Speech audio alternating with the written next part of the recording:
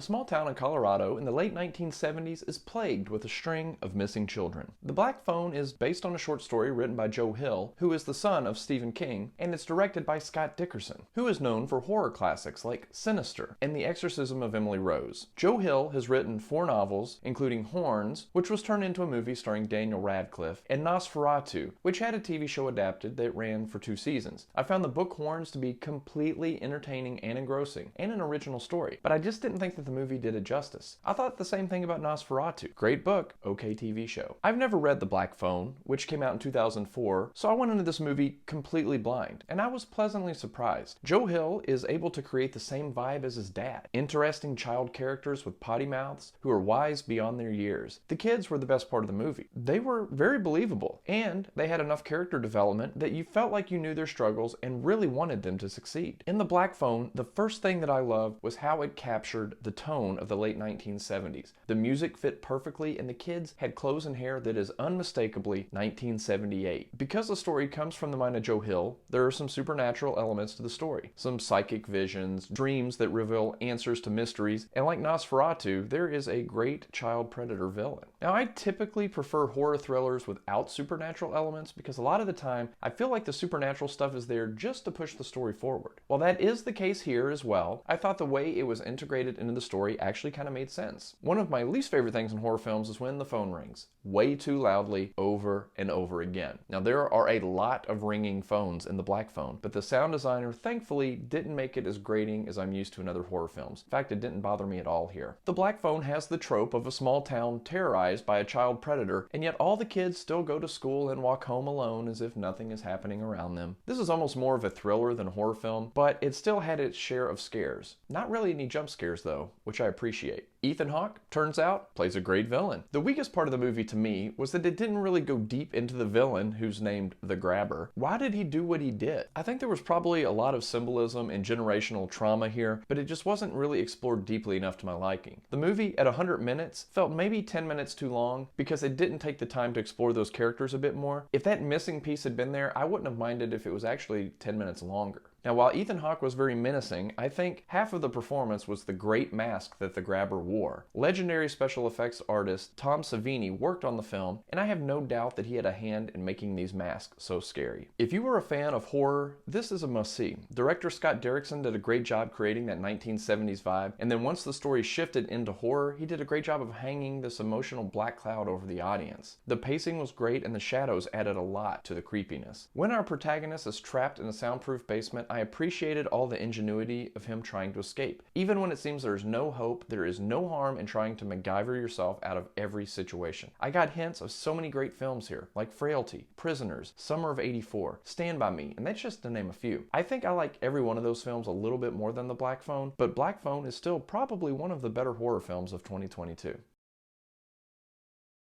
Black Phones. Cussing out detectives. Daniel Faraday from Lost talking on the phone. Midday magicians. Shadowy masked figures. Walking home from school.